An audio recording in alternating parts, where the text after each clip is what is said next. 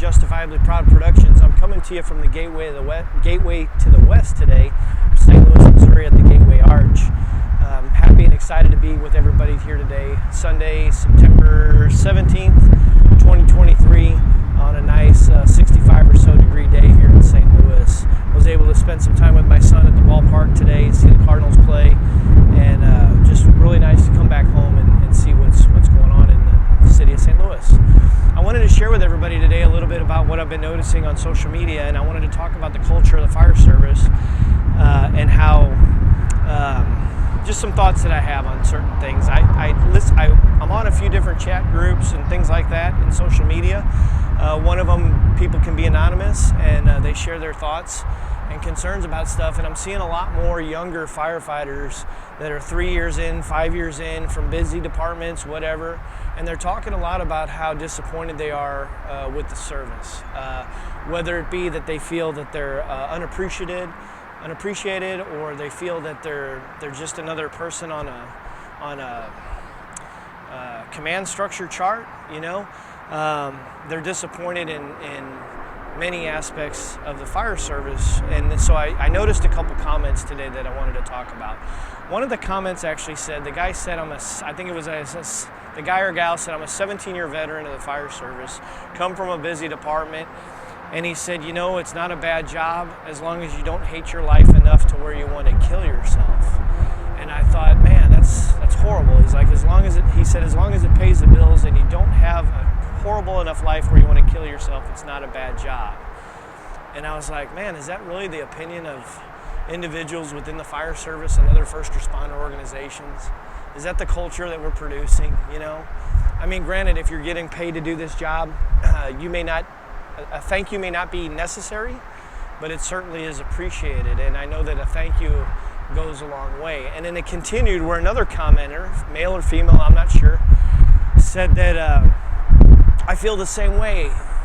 They said that they feel that they're just a cog in a machine, and I know in my department, I've been told before that I'm just a magnet on a board, and it's true to some extent that they will gladly get somebody else to come in and replace you in the event that you move on, but it doesn't have to be the worst thing in the world. It is what you make it. I mean, we have a responsibility as first responders to promote a culture that helps bring other people up. By all means, there's other people ready in line to take my position when I'm shuffled out or when I leave the department. But having an attitude like that, I mean, there's some responsibility that I feel that's on us as well to do our part, And I'm reminded in a fellowship that I'm a part of that participation is a big part of that. You need to participate.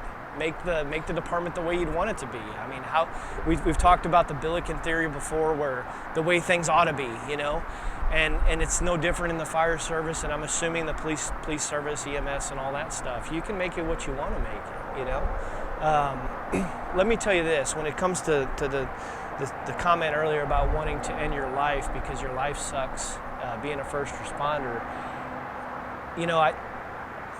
if you're like me, you've probably maybe only had a couple opportunities in your career to save somebody from a burning building. I've had one, and that was it. We probably have more of an opportunity to save our fellow firefighters and first responders from something tragic happening than we do from saving the general public. I mean, that's how tight-knit of a group we are, and what kind of bond we have, where we should be helping each other. And I want to encourage you that when you go to your next shift or your next assignment, try to make it what you want it to be.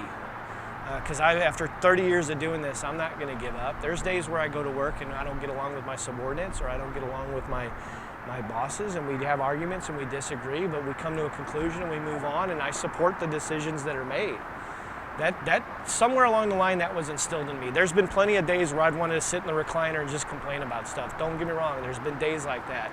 But at the end of the day, I really want to make a difference and just leave the place better than I found it, And I encourage you to try to just, if you're having troubles in your career or at your department, take an opportunity to try to make your next training evolution that much more better, or try to make your next debriefing that much more better, or next shift that much more better. Try to do something positive and see if it doesn't work out a little bit better for you. The other thing I want to share with you is there's a lot of people commenting about they're newly hired in a department and they've been either blackballed by the shift or their station or whatever because of this, that, or the other. You need to understand that when you come into the fire department, you're fighting with every other fire, especially if you're at a multi-company station, you're fighting with other firefighters to show your importance to be a part of that crew.